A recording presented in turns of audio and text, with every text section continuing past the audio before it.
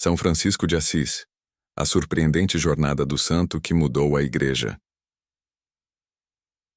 Queridos irmãos e irmãs em Cristo, bem-vindos a mais um episódio de nossa jornada pela vida dos santos. Hoje, vamos mergulhar na extraordinária história de São Francisco de Assis, um homem cujas palavras e ações continuam a ecoar através dos séculos. Se Deus pode trabalhar através de mim, Ele pode trabalhar através de qualquer um. Estas palavras de Francisco não são apenas um testemunho de humildade, mas um convite a cada um de nós. Pause por um momento e reflita. Como Deus poderia estar trabalhando através de você hoje? Prepare-se, pois a história que você está prestes a ouvir pode mudar profundamente sua perspectiva sobre santidade e devoção. A vida de Francisco não é apenas a biografia de um santo, é um testemunho vivo do poder transformador de Deus em ação. Imaginem comigo, Assis, uma próspera cidade italiana no final do século XII. Neste cenário de riqueza e ambição, nasce um menino destinado a se tornar um dos santos mais influentes da história da Igreja. Como um jovem rico e mimado se transforma em um ícone de humildade e devoção? A resposta a esta pergunta desafiará tudo o que você pensa saber sobre conversão e santidade. Ao longo deste vídeo, iremos desvendar o momento de conversão tão chocante que deixou toda Assis em polvorosa, as visões místicas que quase levaram Francisco a ser rotulado como herege, um encontro secreto com um sultão muçulmano, que poderia ter mudado o curso da história. A revolução silenciosa que Francisco iniciou dentro da própria Igreja, o milagre final que até hoje intriga tanto teólogos quanto céticos. Mas a história de Francisco não é apenas um relato do passado. Seus ensinamentos oferecem soluções surpreendentemente relevantes para os desafios que enfrentamos hoje. Como podemos encontrar paz em um mundo tão dividido? De que forma é possível viver com menos e ainda assim sentir mais plenitude? Como reconciliar uma fé profunda com a ação concreta no mundo? Prepare-se para questionar suas convicções, fortalecer sua devoção e, quem sabe, descobrir seu próprio chamado à santidade. E aqui vai um desafio para você. Ao final deste vídeo, compartilhe nos comentários uma ação concreta, inspirada em São Francisco, que você se compromete a realizar esta semana. Lembre-se, a verdadeira transformação começa com um simples sim a Deus. Francisco disse sim e mudou o mundo. E você, está pronto para dizer sim? Vamos começar nossa jornada, voltando a Assis, no ano de 1181. Nesta próspera cidade italiana, nasce Giovanni di Pietro di Bernardone, filho de um rico comerciante de tecidos. Desde cedo, o jovem que logo seria conhecido como Francisco desfrutava de todos os privilégios que a riqueza podia oferecer. Mas há segredos por trás dessa juventude dourada que podem surpreender até os mais devotos. Você sabia, por exemplo, que o nome Francesco era na verdade um apelido? Seu pai, ao retornar de uma viagem à França, passou a chamar o filho de Francesco, o pequeno francês, em homenagem ao país onde fazia negócios lucrativos. A educação de Francisco foi privilegiada, mas com um propósito específico: prepará-lo para assumir os negócios da família. Ele aprendeu latim, francês e a arte da poesia trovadoresca, habilidades que mais tarde seriam usadas de maneiras que seus pais jamais poderiam imaginar. E então, há o incidente que quase arruinou sua reputação. Durante uma festa extravagante, onde Francisco era o anfitrião, algo aconteceu que chocou até mesmo seus amigos mais próximos. O que exatamente ocorreu naquela noite permanece um mistério, mas foi o suficiente para plantar as primeiras sementes de mudança no coração do jovem. Pause por um momento e reflita. Você já teve um momento em sua vida que, embora aparentemente negativo, acabou sendo o catalisador de uma grande mudança positiva? O ano é 1202, e Francisco agora, com 21 anos, parte para a guerra entre Assis e a cidade vizinha de Perugia, sonhando com glória militar e cavalaria. Mal sabia ele que seu verdadeiro inimigo não estava no campo de batalha, mas dentro de si mesmo. A derrota de Assis leva Francisco ao cativeiro por quase um ano. É neste período de provação que ocorre o primeiro encontro inesperado que mudaria tudo. Doente e desanimado, Francisco começa a ter visões. Numa delas, vê seu futuro palácio e sua futura noiva. Mal sabia ele que esse palácio seria o reino de Deus, e sua noiva, a santa pobreza. Ao retornar a Assis, Francisco não é mais o mesmo. Sua busca por glória terrena se transforma em uma busca por algo mais profundo. É neste momento que ocorre o encontro que abalaria os alicerces de sua alma. Face a face com um leproso Francisco, que antes se enojava com a mera visão destes párias da sociedade. Desce de seu cavalo e abraça o homem doente. Este momento marca o toque divino em seu coração. Francisco depois diria: o que antes me parecia amargo, transformou-se em doçura para a alma e para o corpo. A transformação estava em marcha, mas o clímax de sua conversão ainda estava por vir. Imaginem a cena. A praça central de Assis lotada, o burburinho da multidão curiosa. De repente, um silêncio atônito toma conta do lugar. Francisco, o filho do rico mercante, está nu diante de todos, devolvendo até suas roupas ao pai furioso. Este momento dramático marca a ruptura definitiva de Francisco com sua vida anterior. Diante do bispo e de toda a cidade, ele pronuncia as palavras que escandalizariam a sociedade. Até agora eu chamei Pietro Bernardone de pai. Agora eu digo: Pai nosso que estais no céu. A reação do bispo é surpreendente. Em vez de condenar este ato de aparente loucura, ele cobre Francisco com seu próprio manto, simbolicamente abraçando esta nova forma radical de viver o Evangelho. Este não foi apenas um ato de rebeldia juvenil ou um show público. Foi o nascimento de um santo, o momento em que Francisco abraçou completamente sua vocação, deixando para trás não apenas riquezas materiais, mas toda uma vida de expectativas e conforto. Pergunto a você: qual é o manto que você precisa deixar cair para abraçar plenamente seu chamado? A partir deste momento, Francisco se dedica a uma missão que ele acredita ter recebido diretamente de Deus. Francisco: reconstrói minha igreja que está em ruínas. Inicialmente, ele interpreta isso literalmente, começando a reparar com suas próprias mãos a pequena igreja de São Damião. Mas o que Francisco não sabia é que este erro de interpretação levaria a uma verdade muito maior. Enquanto reconstruía fisicamente 3 pequenas igrejas em ruínas, ele estava, na verdade, lançando as bases para uma renovação espiritual de toda a igreja. Cada pedra colocada por Francisco carregava um simbolismo profundo. A simplicidade de seu trabalho manual, sua dedicação absoluta e sua alegria contagiante começaram a atrair a atenção. As pessoas se perguntavam: quem é este homem que trabalha com tanto amor e devoção? O que Francisco estava construindo ia muito além de simples edifícios. Ele estava erguendo um novo modo de viver o Evangelho, pedra por pedra, alma por alma. Reflita: qual é a igreja em sua vida que precisa ser reconstruída? Talvez um relacionamento, um propósito perdido, ou uma fé enfraquecida? Em 1209, algo extraordinário acontece. 12 homens, inspirados pelo exemplo de Francisco, se reúnem ao seu redor, prontos para seguir seu modo de vida. Mal sabiam eles que estavam prestes a mudar o curso da história da igreja. Francisco redige uma simples regra de vida baseada nas palavras do Evangelho. Se queres ser perfeito, vai, vende teus bens, dá o dinheiro aos pobres e terás um tesouro no céu. Depois, vem e segue-me. O conteúdo desta primeira regra franciscana era tão radical em sua simplicidade que muitos a consideraram impossível de ser vivida. Com seus primeiros seguidores, Francisco viaja a Roma para um encontro tenso com o Papa Inocêncio III. Imaginem a cena. Este grupo de homens maltrapilhos diante de um dos papas mais poderosos da história.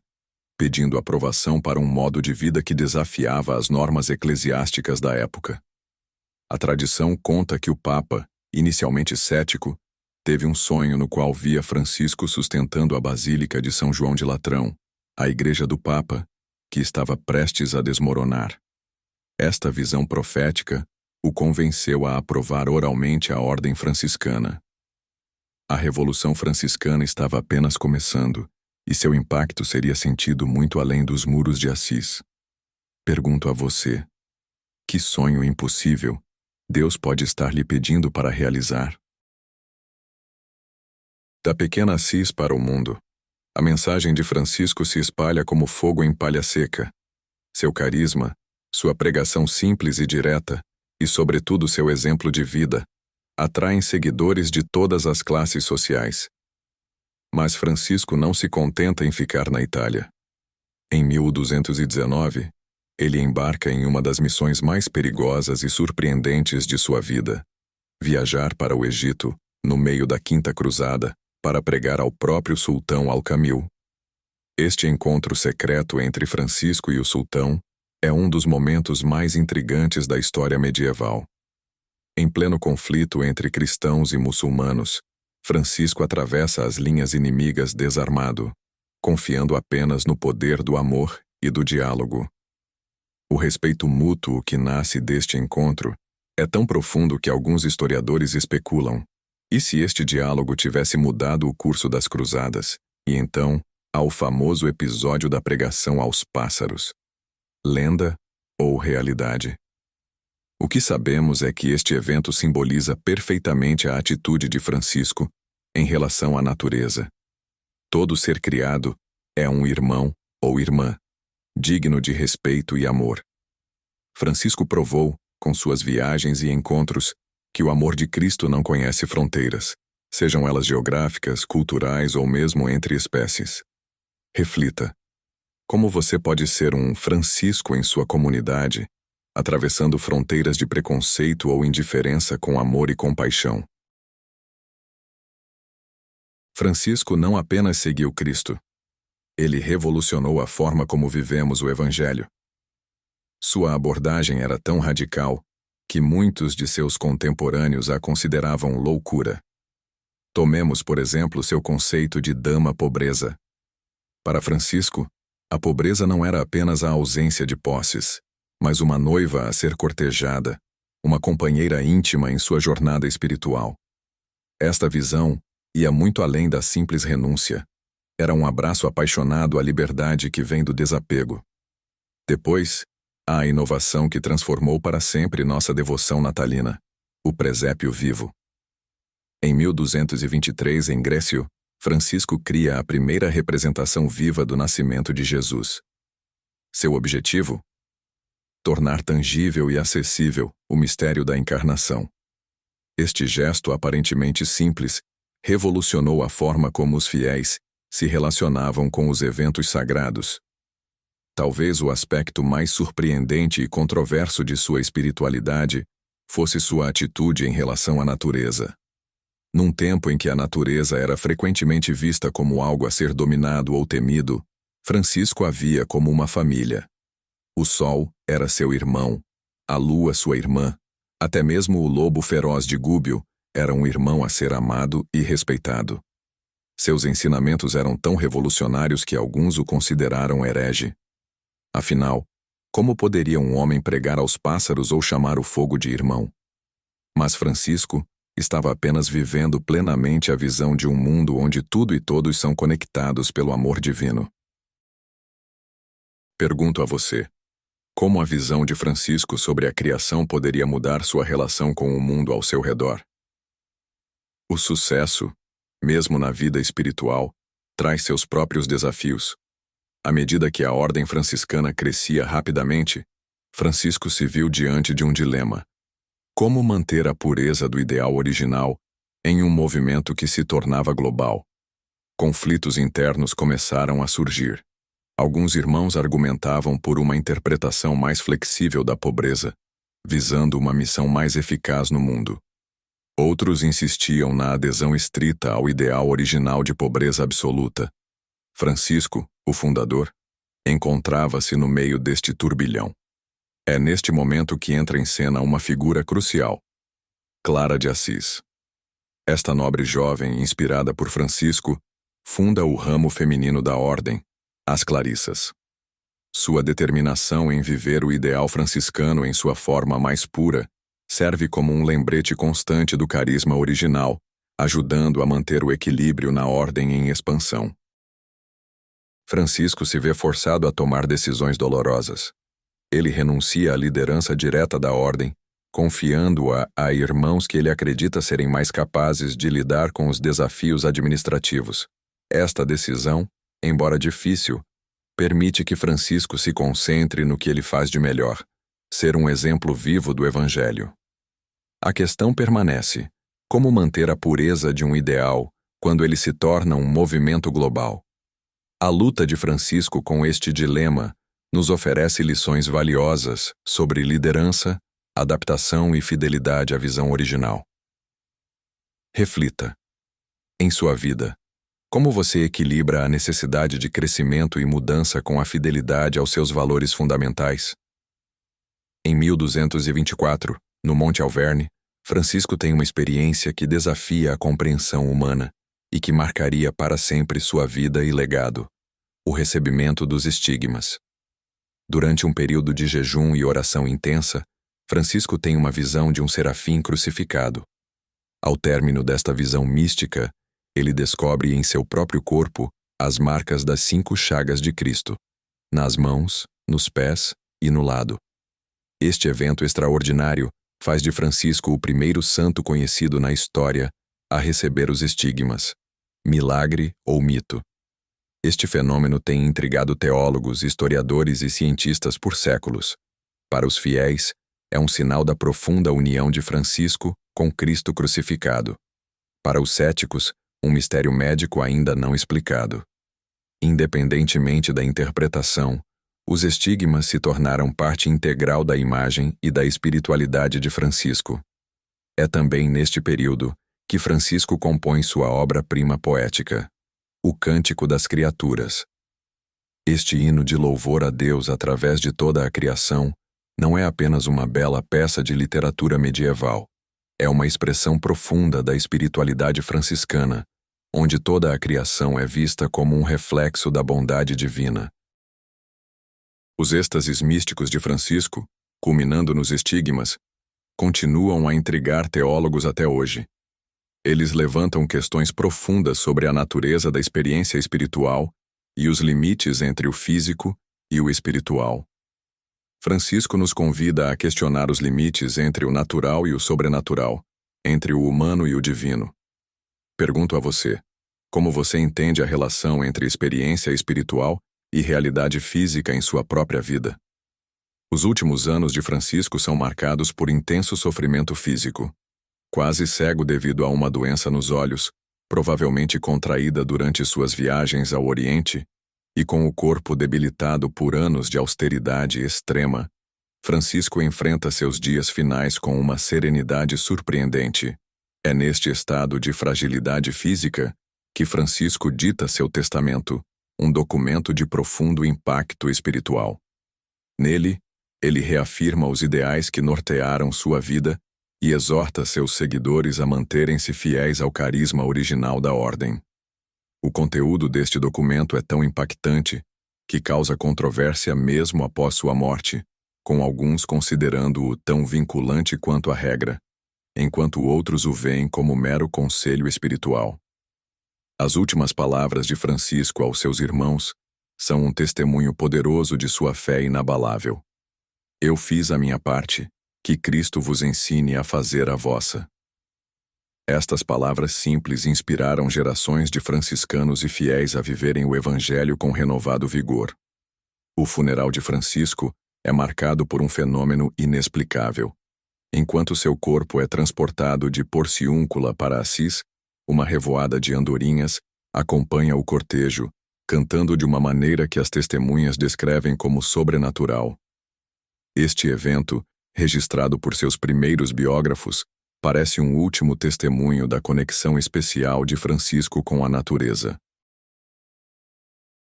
Mesmo na morte, Francisco continuou a surpreender o mundo, deixando um legado que transcenderia em muito sua vida terrena.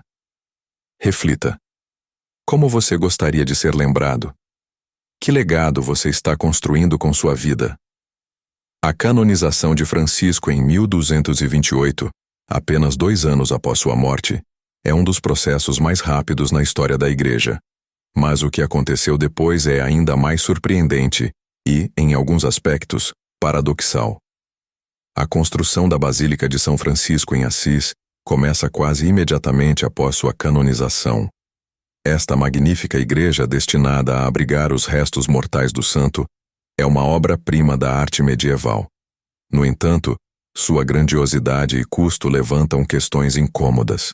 Como conciliar este monumento imponente com o ideal de pobreza radical pregado por Francisco?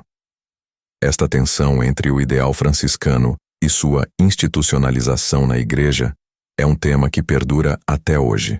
No entanto, é inegável o impacto transformador que os ideais franciscanos tiveram na Igreja medieval. A ênfase na pobreza evangélica, na pregação simples e direta e na acessibilidade da fé aos leigos representou uma verdadeira revolução espiritual. O impacto de Francisco se estendeu muito além da esfera religiosa. Na arte vemos uma nova ênfase no humano e no natural, refletindo a espiritualidade franciscana.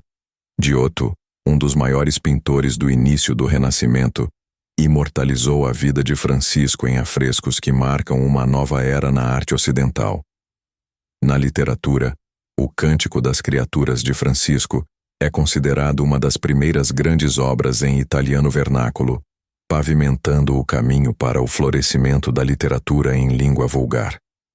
Francisco se foi, mas sua revolução estava apenas começando, influenciando profundamente a espiritualidade, a arte e a cultura ocidentais nos séculos seguintes. Pergunto a você: como podemos honrar o legado de um santo como Francisco sem trair seus ideais originais? 8 séculos se passaram desde a morte de Francisco, e sua influência continua a se fazer sentir de maneiras surpreendentes e profundas. Por que este santo medieval continua a capturar a imaginação e o coração de milhões ao redor do mundo? Na Igreja contemporânea, vemos os ensinamentos franciscanos ganhando nova relevância. O Papa Francisco, que escolheu seu nome em homenagem ao Santo de Assis, tem enfatizado temas profundamente franciscanos: a opção preferencial pelos pobres, o cuidado com a criação e a busca por uma igreja mais simples e próxima do povo. O impacto de Francisco na ecologia moderna é talvez um de seus legados mais surpreendentes e relevantes. Em 1979, o Papa João Paulo II declarou São Francisco o patrono da ecologia. Sua visão de uma criação interconectada, onde todos os seres são irmãos e irmãs, ressoa profundamente com os desafios ambientais que enfrentamos hoje. A encíclica Laudato Si, do Papa Francisco, que trata da crise ecológica, é profundamente influenciada pela espiritualidade franciscana. Figuras contemporâneas em diversos campos continuam a ser inspiradas por Francisco. De líderes religiosos a ativistas ambientais, de artistas a trabalhadores sociais, muitos encontram no exemplo de Francisco um modelo para uma vida de simplicidade, compaixão e cuidado com toda a criação. A revolução de amor iniciada por Francisco há 8 séculos continua viva e relevante. E isso nos leva a uma pergunta crucial: qual será o nosso papel nesta revolução contínua? Reflita. Como você pode incorporar os ideais franciscanos em sua vida diária e em seu trabalho? Chegamos ao final de nossa jornada pela vida extraordinária de São Francisco de Assis. O que podemos levar desta história para nossas vidas hoje? A jornada de Francisco nos ensina que a verdadeira revolução começa no coração. Sua vida nos desafia de maneiras profundas e práticas, abraçar a simplicidade em um mundo complexo. Como podemos simplificar nossas vidas, focando no que realmente importa? Encontrar alegria no serviço aos outros. De que forma podemos colocar as necessidades dos outros acima das nossas próprias. Ver a criação de Deus com novos olhos. Como podemos cultivar um maior respeito e cuidado por toda a criação? Buscar a paz em tempos de conflito. De que maneira podemos ser instrumentos de paz em nossas famílias, comunidades e no mundo? Que aspecto da vida de São Francisco mais tocou você hoje? Como você pode aplicar seus ensinamentos em sua própria vida? Lembre-se, a santidade não é reservada apenas para figuras históricas como Francisco. Cada um de nós é chamado à santidade em nossa vida cotidiana. O desafio é responder a esse chamado com a mesma coragem e entusiasmo de Francisco. Antes de nos despedirmos, gostaria de convidar você a um momento de oração, usando as próprias palavras de São Francisco. Vamos rezar juntos. Senhor, fazei-me instrumento de vossa paz. Onde houver ódio, que eu leve o amor. Onde houver ofensa, que eu leve o perdão. Onde houver discórdia, que eu leve a união. Onde houver dúvida, que eu leve a fé. Onde houver erro, que eu leve a verdade. Onde houver desespero, que eu leve a esperança.